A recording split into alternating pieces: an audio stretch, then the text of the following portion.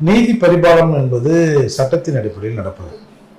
அப்படி சட்டத்தின் அடிப்படையில் நீதி பரிபாலனம் நடக்கிற பொழுது அது எந்த டிஸ்டர்ப் இல்லைன்னா அவங்க ஈஸியாக சொல்லிடுவாங்க.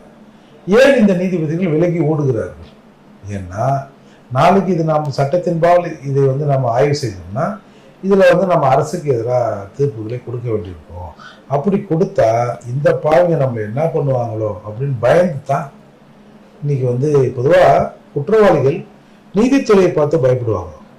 நீதித்துறையே இன்றைக்கு இவர்களை பார்த்து பயப்படுகிறது என்று சொன்னால் இவருடைய இது தப்புமா. நீதிபதிகள் எங்களை பார்த்து பயப்படல.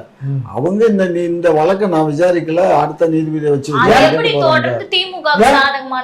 அவங்க விசாரிச்சு என்ன அது அவங்கள்ட்ட தான் கேட்கணும். அப்ப ஏன் அதுக்கு பின்னாடி என்ன இருக்கும்? ஒண்ணும் கிடையாதுங்க.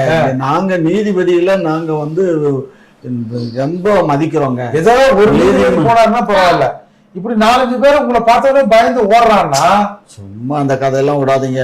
அவங்க வழக்கை நான் இப்ப கூட ஒரு வழக்கு போட்டதுக்கு அந்த வழக்கை நான் அவங்க விசாரிக்கல, இந்த அடுத்த நீதிபதியை வச்சு விசாரிக்க. ஒரு சின்ன சந்துங்க ரோடு, ஒரு எருமாடு நல்ல சேக்கல்ல விழுந்து வெறும் சேக்கடையோட நிக்குது. என்ன பண்ணுவாங்க? எப்பா நமக்கு எதுக்கு அது மேலே ஆயிரம் அப்படி திரும்பி ஓடுறது இல்லையா?